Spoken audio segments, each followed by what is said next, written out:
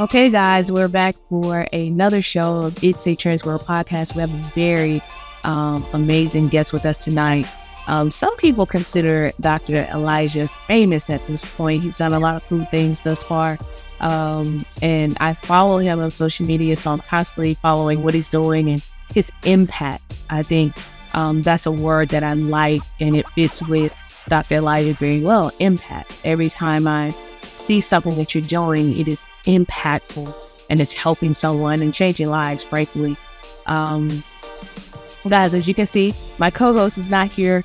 Malik has some other obligations, but I'm pretty sure I can carry out the show effectively and efficiently. And we're going to have a great conversation tonight. A conversation that we haven't had thus far in the 20-something shows we've done on It's a Trans World podcast. So good evening. You guys know that we always leave 11. This is a safe place. We have lots of conversations. And as I've already told Dr. Elijah, there are no rules. So there's nothing off the table. We can talk about anything, however it comes. We accept it. And I'm super excited. I'm ready to get into the conversation. But before we do, please introduce yourself. Tell the people who you are and the work that you do. Absolutely. Thank you, Raquel. Thank you so much for having me. Let me first say that I am honored that people think I'm famous. My nephews don't think so. They're like, that's just Uncle Eli. So, but thank you so much for that. I'm excited to be here. I'm Dr. Elijah Nicholas. My pronouns are he, him, and his, and I'm the executive director of 100 Black Trans. Our sole mission is to amplify the voices, visibility, and representation specifically for Black transgender men. Retired Lieutenant Colonel, spent 24 years, 10 months, and 8 days in U.S. Air Force and Army, and born and raised in Milwaukee, Wisconsin, but it's no age too cold for me there. Milwaukee. Are there Black people? Are there lots of Black people in Milwaukee? Well, there's more there now than there was when I moved to Atlanta many. I actually left in 1999. Oh my God. Yeah, that's a long time. A long time ago. But one of the reasons I left is because there weren't many, in fact, the number is 3.4% African-American leaders in corporate America. Like I could count on one hand over directors, it's 5. In the organization that I worked in at the time. So when I graduated from graduate school at the University of Wisconsin, Milwaukee, I was like, can't do it. It was one of the best decisions. Yeah, I hear that. Wow, Wisconsin. I would have never guessed that, to be perfectly honest. You talked about military, and you said, yes, 24 years in the military. So my assumption is you had not transitioned just because of the laws and the rules of being in the military. So you spent pretty much your entire military career as female. As female, yes. I actually retired in 2012 and I transitioned in 2018. Actually started my hormone therapy in 2017. Yes, I spent the entire time as a Black woman in the military. And that's one thing I always say, nobody can tell me that I don't know what it's like to be both a Black man and a Black woman, because I've experienced both. Experience and the Black male experience, it's a lot different. Yeah, and you said Lieutenant Colonel? Did you? Lieutenant Colonel, yes. And that's a huge title for a Black woman, period. In the military, you don't hear that very often. You don't hear about Black men in such high roles either. Just for a moment, talk to us about your military experience, what that was like. Yes, so I was 17 years old when I joined. My mother had to sign the papers. Yeah, I was a baby. When I think about it, I was like, oh my God. When I think about 17-year-olds today, I'm like, was I in that frame of mind at 17? And if I was, how in the world did I go make it through the military? Which actually, Raquel, that's one of the reasons I joined, because I needed discipline in my life. My mother, we called her the drill sergeant in our house, my brother and I.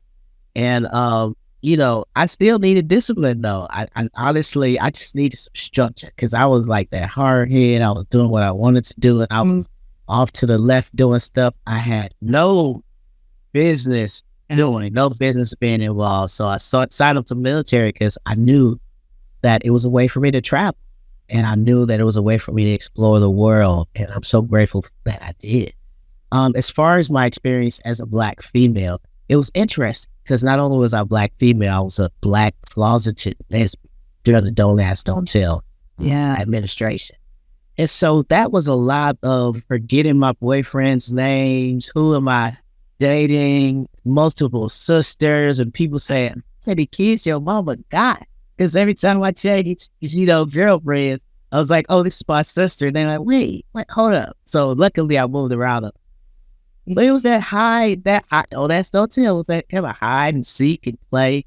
And at the same time, it was a bit stressful for me in the sense of mental health therapy, counseling. None of that was a part of my military. Yeah, it wasn't. It was available, but it was discouraged and safe.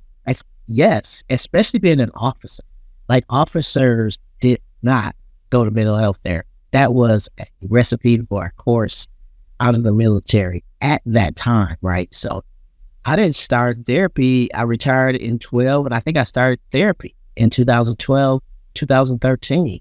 And that was really, I believe, my gender transition journey really started as I began self-discovery. I understand why I'm drinking so much, why I'm so, self-isolated, all those things I wasn't able to process in the middle. Once I started clearing my head of things, that led to, who am I? Got it. I don't have any military experience. I remember I was a freshman in undergrad, and the Army was coming around trying to get individuals to the list and the reserve. And I did all the paperwork, and I think I had like one more thing to do, like fitness test or something. And I played basketball in college, so we weren't worried about that. But maybe a week or so, maybe even less than a week before I had to go take my fit test, 9/11 happened. And I knew then that it was not for me. Okay. I knew immediately it was not for me. I knew that I don't know if I was truly a patriot at that point. I think I had to travel the world a little bit to understand what it meant to be American, despite all the issues we have as Black, queer people in our community. It's tough for us, but in some places, it's totally legal. Yes. So I think, I truly understood what it meant to be American. I was getting my master's, and I finished my master's in China. And I just remember saying, I understand why people kiss the soil when they come back home. So for every soldier, I'm so grateful. I'm so grateful for you guys, because that's not for me. I know that's for me, but we need you. And despite the negative things or the hard things, we are so fortunate in this country. When we think about what's going on in other countries. So thank you for your service. Look, let's transition. I want to talk about your organization and exactly what is it that you do within your organization. So on a typical day, on a Monday, on a Tuesday, you go into the office, and what happens? Well, I'm actually in the office when I wake up. Okay, so you get to work from home. That's super dope. I work from home, and as the founder of a nonprofit, I wear many hats. Yes, I'm wearing hats of the executive director, the founder, fundraiser, everything. You know how it is as an entrepreneur, right? And so my typical day is from sun up to sundown. Number one, finding money, right? Researching where we can get funding.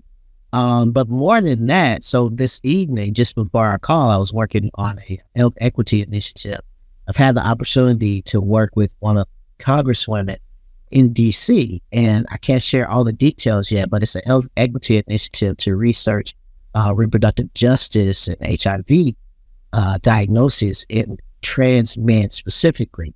And so I've spent the majority of my day writing this report, this analysis that I've done on my own dime over the last couple of months, because I am committed to ensuring that we get policy and legislation that supports our needs and our rights as trans men. I'm not a birthing parent. I'm well beyond my birthing years, but there are those who are, and we're not. Our numbers, data show that we are not counted. Like, we don't even know the true number, for example, true HIV diagnoses, true mortality rates for Black trans binary who are also birthing parents. So that, that's what I spend my day doing. I do a lot of research and data analysis, because let me tell you, nobody's like handing out this information saying, you have to tell me, I shot Trans World Atlanta, and I have cast members that are HIV positive, trans men who pregnant, had a baby, had to go through the ups and downs and loops of getting care. And he was actually born with HIV.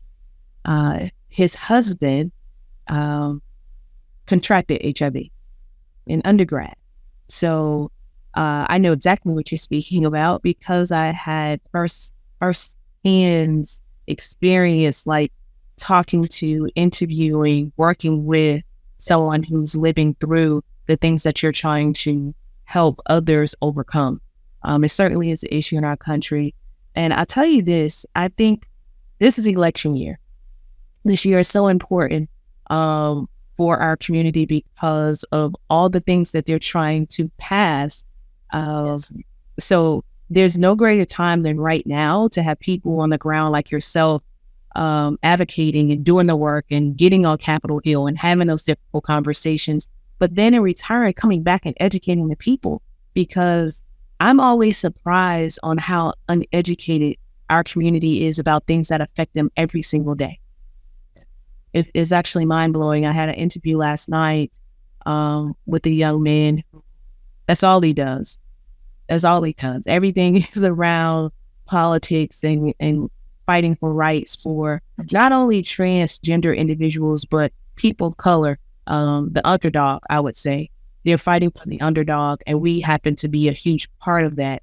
For me, I have been very privileged as a woman who identifies as a woman, who looks like a woman every day when I show up to the public. So I've been able to live very easy and be with women. I married a woman. It's one of those things where I haven't fully experienced what you have experienced or what my past in Trans World Atlanta experienced. So we need this type of work. And it's overdue as well. It's past due at this point. I saw recently you were on the phone with the VA. Yes. And I don't know how much traction or how many people have asked you this question, but and I want you to talk about it. I'm not going to talk about it at all. You had a situation though with the VA that was really disheartening. I think most of us on this side listening to what you had to say.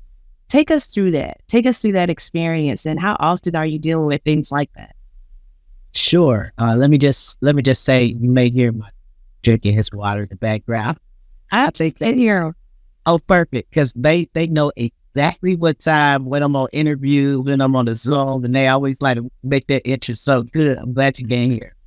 But so yes, I transitioned through the VA, right? What I mean by that is I get all of my health care through the VA. I get my testosterone, my mental health therapy. The only thing I didn't do with the VA is my surgery, because they have not approved surgeries yet, right? So I have my top surgery specifically down in Florida.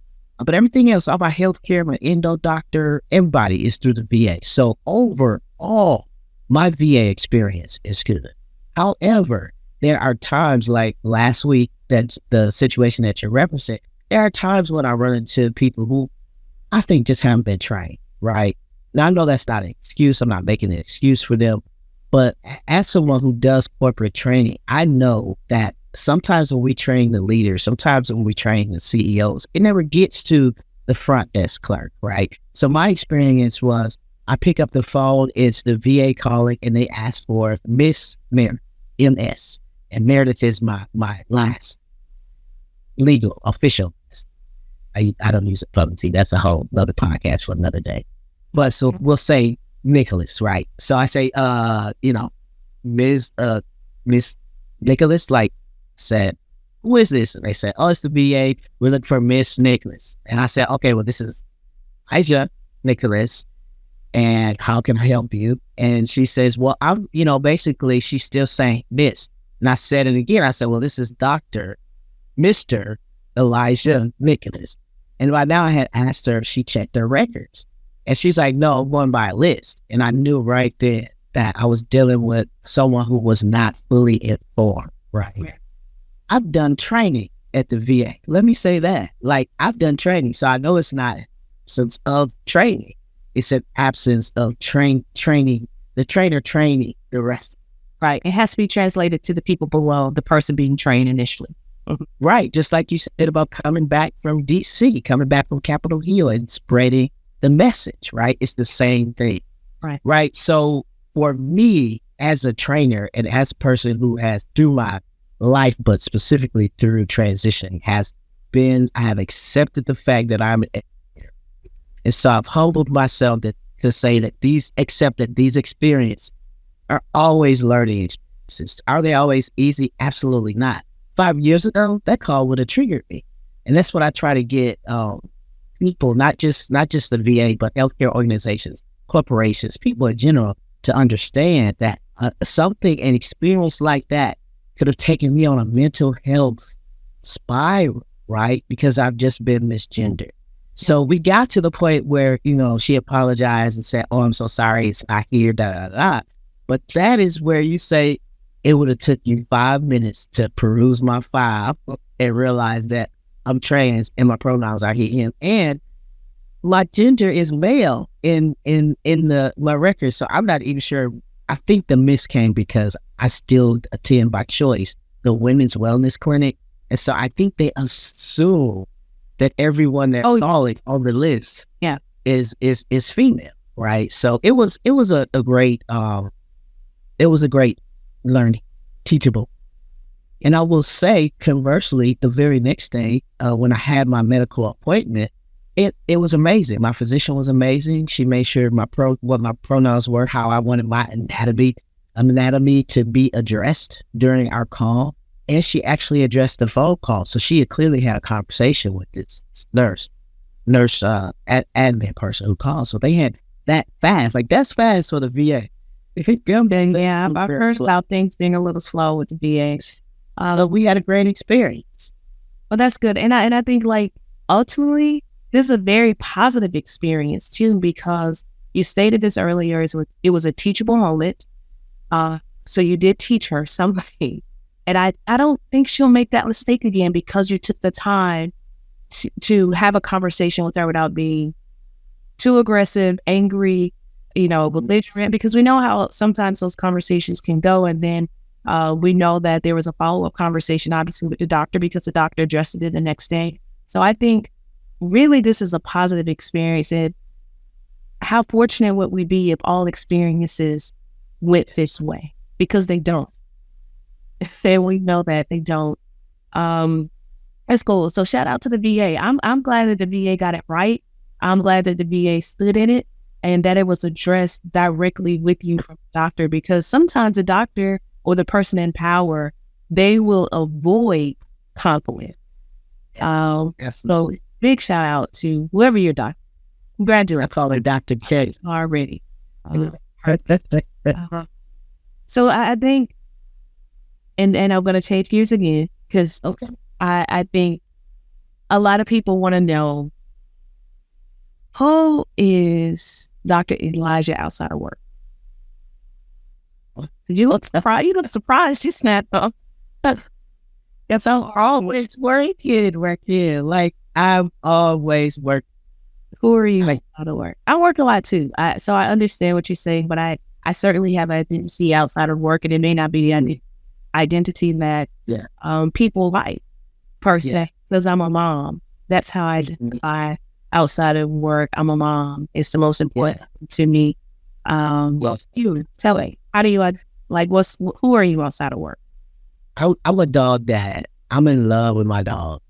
Like, I know, like, so I don't have any biological kids. I'm divorced, and I have been since my transition. That was a part of the whole transition.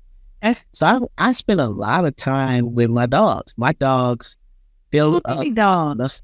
I got two. Yeah, and I got a little big one. She's a bulldog mix, and then I got a boxer. He's gonna be 13 in a couple months. And let me tell you, if I could have, when I have my farm, I will have a whole bunch of dogs, maybe hogs. Nah, hogs. You just say that because it rhymes with dogs, but dogs and horses and land. Like that's Southern girl. You know, I'm from South Carolina. Get it, but oh my God, you don't look like that sounds good to you. Your face was like, oh.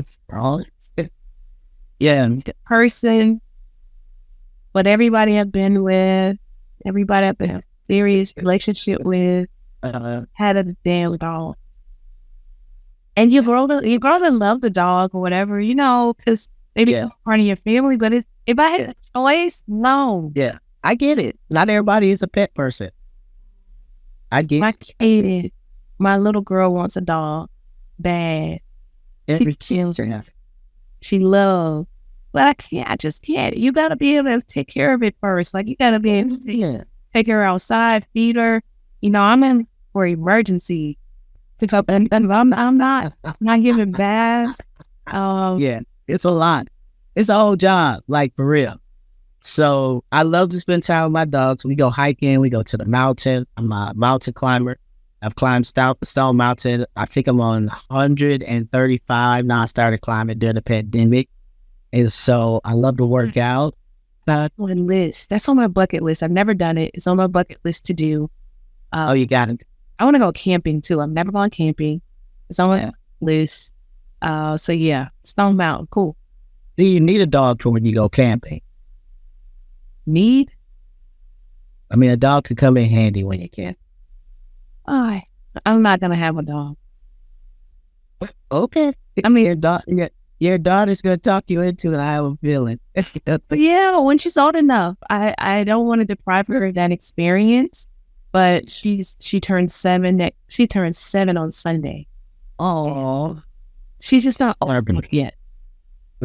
Oh, no. Yeah. A dog is a whole responsibility. Like, for real. Like having a kid, you got to have a babysitter when you go out of town. That part. Too much. And I travel a lot. That's the other thing. That's who else I am outside of work. I love to travel. It's the reason I joined the military.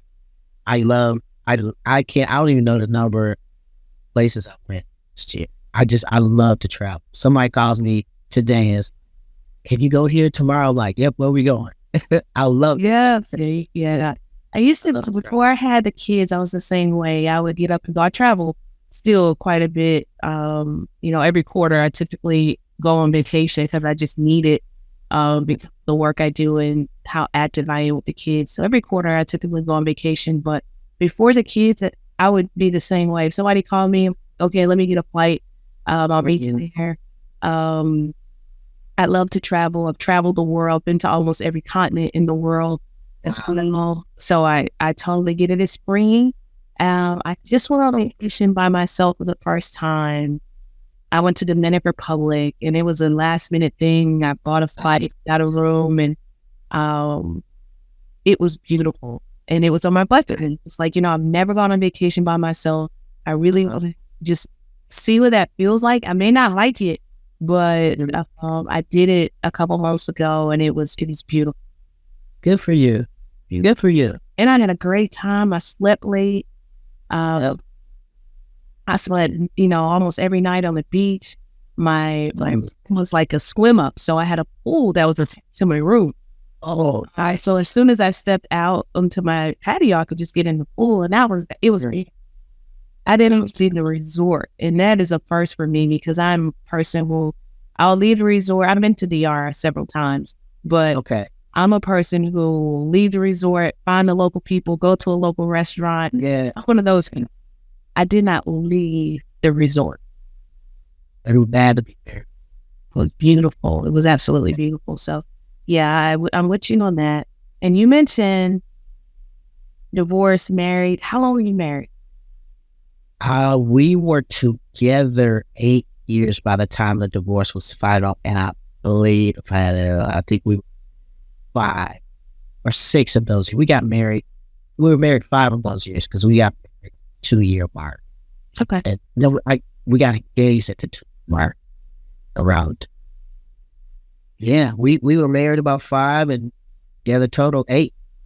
And you mentioned like you kind of separated during this transition. So was that an issue for the person you were married to transitioning?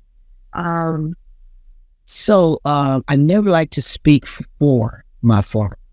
So I'll say that this is respect. Okay.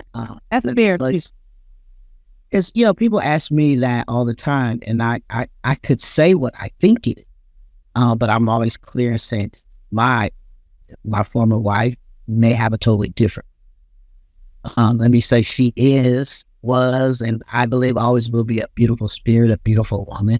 We just came to the point of our journey where it was time for us to go separate ways, and I'm actually grateful for it because I'm a better person. And from what I observe when I'm in her company, she's a better person as but my transition really was the icing on the cake. We had some, marital challenges. We were at the 7-year mark, and it is what it is. Marriage is tough, right? It is. And I actually my divorce will be finalized in 2 weeks. Wow. I'm sending you lots of love and light, positive energy, because that's a time. Mm-hmm. It is. It is. That's even when you know it needs to be over, even when you know it's not healthy, even when you're miserable, you still grieve. It's like the death of, that relationship, that part of your life. But I'm certainly ready to close the chapter so I can start a new one. And I'm very intentional about not starting a new chapter until this one is fully closed. So, hell, it takes 2 years to get her. Yeah. So I was lucky, actually. So I filed for divorce. Let me say. I filed for divorce too. Okay. Well, good. I'm not good, but I can say that because I don't know if people know that public, because I've never shared that. Yeah. I filed. And so we had a court date within 3 months, and we were in court October 2nd. I'll always remember October 2nd, 2018. I had not seen at the time my wife since we separated. And I signed the papers, she signed the papers, and they were on their way. The court commissioner signed the papers. And in Georgia, I don't know about how it is where you are, but in Georgia, you have to wait 21 days. So October 20th. So in a year. So you have to be separated from yourself in a year. No. Oh, you have to be separated. Oh, wow. You have to be separated for a full year. And then it took me out over 6 months. So almost 8-9 months after my year when I could legally, do it. And I don't know. I'm hoping when we go to court, it's not waiting till we sign the paper and it's done. What state you in? I'm in the state of South Carolina. South Carolina. Let me not get married there. I'm just kidding. Oh my God. But that's a long time because it's a process, an old thing, right? You don't have to tell me. I lived it. I'm living it. Living it. Yeah. So, so I hadn't seen my wife in 3 months. And so you know what happened? What? I left the courtroom and I texted my wife and I said, have we done everything we could do? Have we done everything? And so we met either later that day or the next day, and I rescinded my divorce papers. I was like, I need to know that I'm done. I felt that I did everything. I needed one more time I can't really even explain it, but I loved my wife. I loved my family. I didn't want to. And I rescinded the divorce, and we tried it again. And then 2 weeks later, we was both like, okay, now we remember why we filed for a divorce. So I refiled the second time. And if the court date, my point is like the court date was further out. So we weren't divorced until April of 2019. So, but that was still very quick because it wasn't even a year. Yeah, it wasn't a year. For me, it's just that was your situation. Well, I mean, it takes two people. Yes, I was fighting by myself, a marriage by myself. So you have to get to a place. My children weren't being treated how they should have been. But you get to a point where you realize you just deserve more. You deserve better. Not just you, but the other person as well. You don't want to hold somebody. You don't want to hold someone if they don't want to be held. You don't want to force someone to love you or to treat you how you deserve to be treated and love you how you want to be loved. So, I think for me, my children really pushed me to make the right decision for us. Sure. You can't do it by yourself. You got two people willing to fight. And if you don't have that, then you don't have anything anyway. And then I think I just got to a place where I questioned if she loved me versus the idea of me or all the other things that people, say and whisper. But I don't know. Like I leave the situation really feeling like, I don't know. Why? I don't know. And I'm okay with it because that's not my battle to fight, right? My battle is to make sure that I'm doing everything I need to do to take care of myself, to move on, to be healthy, to be prepared if love comes again. Like that's my job. It's not my job to worry about anything concerning her or, whatnot. But I wish her the best. I love her. I want the best for her. It just wasn't the best for me. Yeah. And when things aren't the best for us, then that's time. Time to do something. And especially, not especially, it kids involved. It should always, because we have. Absolutely. So, a lot of people stay in situations because of kids, which I totally get. But I witnessed our kids; they were heard biologically, but I never called them like my stepkids, or they were my kids, so they were our kids. And I just saw their energy change. You know what I'm saying? I saw that, felt that, and that wasn't healthy for any of us. I know when I finally left, they probably was like, "Oh my God, like I'm going, one of y'all left, like we can breathe now. There's no tension in the air." You know what I'm saying? And so, the other thing you mentioned is earlier we talked about grief, right? A little bit about grief, and talking about just we grieve the loss of the relationship. And something that you just said reminded me of, I think my personal belief is that, like I said, our journeys had come to the point. I believe in our life before this physical life. We agreed, we said we don't come here, experience we don't have together.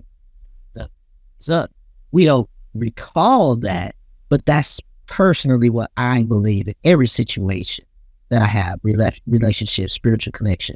And I think that when we get to the point where in divorce, when it's time to separate, we don't remember that agreement, that contract that we set in the spirit, right? And so now our spirit knows it's time to go on to do different things, but our physical is grieving that, right? That loss, that separation, that divorce. And it's just like when you think about death, right? When somebody is dying and we know they're dying, you don't want them to go. What happens? They hang on for us, right? And so I believe we do the same thing in a relationship. We already said we're going to be together 7 years, 6 months, and 21 days. And we've accomplished what we're supposed to accomplish together. And so I have a different perspective on that, I think, than a lot of people. But that's what helped me. It's interesting for sure. your perspective. I'll ask you this, and then we'll try to wrap this thing up. I know, because we way off the veteran stuff, huh? But in fact, it's a whole other episode for you. Yeah, but it's okay. It's okay. So do you believe in finding your person, the person you're going to die with, the person that is perfectly fitted for you, their flaws? Like, do you believe that there's a person for you? I believe that the present moment is what, and whoever my person is in this moment is my person for this life. And when we've done what we're supposed to do together, then we will either part ways or go on to the next realm or whatever. So I believe that there are, my personal opinion, I believe there are multiple people for our journey. Sometimes it's one person that we've had agreed in a spiritual context to spend this life with, and sometimes it's multiple people. And so I don't know if that answers your question or not, but I personally don't believe that there's just one person out of 100 years on this earth that I'm gonna be here that's just for Elijah. So, I had a interview with someone who's poly, and you're starting to kind of teeter in that bucket. I'm openly poly. You're poly. Yeah, I am. They said makes sense. Yeah. Now let me say, I identify as poly. I have never been in a poly relationship. Okay, I don't understand. I'm not in a relationship right now. Relationship or relationships. I'm not even dating anybody. I like the, I don't even want to use the word parameters. I like the freedom, the sound of polyamory. And so I identify as polyamorous because I am open to dating, seeing, learning more than one person at a time. And I'm open to dating someone who is also open to do it. And so that's why I identify as poly. But I've only dated one person that I called, like, that I would say I was in a relationship, and it was a short 3 months. Very cool. Yeah. So that's interesting. I do not identify as poly. I do believe that until I commit to someone, I can date as many people as I want. But once I say that would come date shit. Yes, I believe that. Like, if we're dating, I'm proud. Yeah, if I want to see someone else, I'm gonna do that. But once I commit and say, you know what, this makes me happy, I'm getting the things I need, I want, then yeah, I'm not gonna see anybody else. So you're a monogamous person? Yeah. I mean, maybe was like this, but I don't. Kinda. I'm not sure. I'll say this: ABC, kinda, not sure, figured it out. It's funny that I'm even having this conversation openly, but so my soon-to-be ex-wife is the only person that I've been with that I'm not cheated on. Okay. I literally, even when it was hard, Mm-hmm. I had no desire to cheat on her. Okay. Everybody else, yeah, cheating on everybody else. I think, thank you for sharing. So I've been cheated on, right? Have I ever cheated? I have cheated. One relationship, years. At my age, I don't know what you're, at my age, what I experienced over the years, cheating is really overrated. I like it totally, but I don't like it. So I cheated on everybody before my soon-to-be ex-wife. She cheated on me and she's the only person I never cheated on. Mm. It was devastating. It was in my place of business at that. It was devastating. It was devastating. But it wasn't enough. So when you say overrated, it wasn't enough for me to not want to be with her. So that's what it wasn't enough, but it was devastating. I lost a part of us in it. It was devastating. But nonetheless, I went back. Probably shouldn't have not, but I did. But I'm in between. Like, I'm a person that I really don't have regrets, and up until this marriage, my adult life was perfect. Had a rough childhood. Had a very, very rough, challenging childhood. But my adult life was good. I never had a real bump in the road outside of my grandmother passing away. It was basically my parent. Never had a bump in the road until this, and I've grown so much from it. So I'm grateful for the growth. I hope that God has taught me what I need to know so that I don't have to go through this again, because it was exhausting. Yeah. A lot of lessons. Oh gosh. I learned a lot about myself, though. I learned. I think I really learned, like, what it is to love someone unconditionally. Fucking crazy, horrible, crazy. To love the person just because of who they are, and accepting all the fucked up things about them. I believe now that I could love your flaws. I mean, it may be bad for someone else, of course. It may be bad for somebody else. But I think when I find my person, their flaws will be also their weapons, the things that I love about too. I love it. I think it's important to love the whole person, all of them. On the bad days, that's when they need it the most, because love that's convenient means very little. What is convenient love?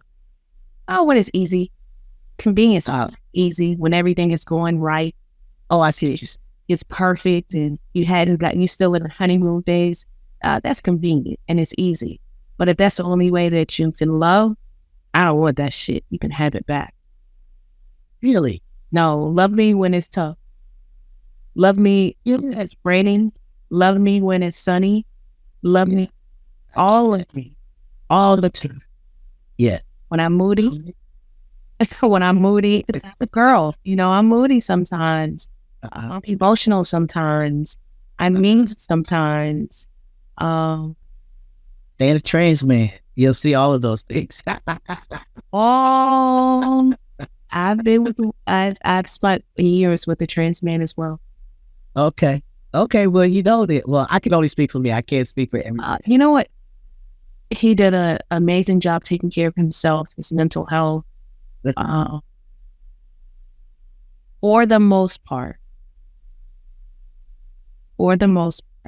There was certainly some time, but for the most part, he was amazing. Okay. For the most part. But the bad was so bad that I had to say no more. Yeah. Overall, was good. That's good. For me, I think my first, 2 years, as my hormones shifted, that's when I was the most moodiest, which is right at that 2-year mark. So when I got separated, divorced, I was like, I'm going to be single. I made a promise to myself and someone else. I was going to be single for 2 years after that. And I was. So I was counting days, let me tell you. I was single and celibate. So I was counting the days. I was like, it's supposed to be 2 years. I know my queen is coming. And if you call somebody fourth and you ain't real specific, you gonna get just what you asked for, right? And that's no shade, no shade, as they say, right? Yeah. But I wasn't ready, Raquel. I was not ready. I also did the same thing. I haven't dated anyone. I haven't, it'll be 2 years in July. Good for you. I did the same thing. I get it. Yeah. Same thing, because I needed to be finished with that all the way. I did not want to carry that baggage into anything else. So I'm still, so trust me, I understand completely. I was intentional about it. I realized I had gone whole relationship like with being with someone. Did not recall a time that I wasn't talking to somebody in my adult life. And I was like, let me see. So, I mean, I had been single for 3 years before I met 3 years before I met my wife. I think I maybe only been with intimately one person in that entire time, and it wasn't a consistent thing. It was, every now and again, maybe. But so I've been single for 3 years, so I was very clear mind. When I went into that situation, but I do think I do think you need some time apart with yourself before you move into the next thing, I believe. Yeah, especially when you add testosterone. Yeah. I'm not going to experience that part of it, but yeah, I can imagine. I can imagine. But we've gotten totally off track, and it's totally cool. I think we've had a great conversation. We talked about some very important things. Shout out to the VA again for getting it right and standing in it when you work and fixing it. I think that's huge. Guys, get out and vote. This election year is so very important. And you have people like Dr. Elijah who's fighting for you, who's doing all the things that we need someone on Capitol Hill doing. So make sure you get out and you vote. This election year is very important, but more importantly, the local vote is the vote that controls your life. The presidential vote is important, but you need to get out and vote for your local officials, because those officials are determining what's happening in your everyday life. Normally Malik does a highlight or shout out, if you will. And I'm going to shout Dr. Elijah out. And thank you for all the work that you've done. Thank you for serving this country. Thank you for being who you are. And so open and so willing to be a servant to so many of us who need you to advocate for us. So my shout out is going to go to Dr. Elijah. Thank you so much. We appreciate you. We love you. And we want to do what we can to support you. Also, a part of the show, Malik talks about sponsorship, because that's so important. We are seeking sponsorship. So if you have a business or idea that you want us to run during the show, please don't hesitate to reach out to us. My social media handle is Raquel RT3 on Instagram and Raquel MR Thomas on Facebook. Before we wrap up, I do want you, Dr. Elijah, to give your social media handles so that people can find you, so that people can follow you and continue to support the work that you're doing. Yes, Dr. Elijah Nicholas on all social media handles, and 100 Black Trans Instagram and Facebook, the number. All right, guys. So you got it. Thank you so much for hanging out with us. We're going to wrap this show up. It's always a good time here. It's a Trans World podcast. We love having these type of conversations, because not only are we educating, but we're also talking about the everyday person, who we are. This is a safe place, and we love you guys. Thank you so much for hanging out with us. But until next time, I'm Raquel, and we will see you soon for the next show of It's a Trans World podcast.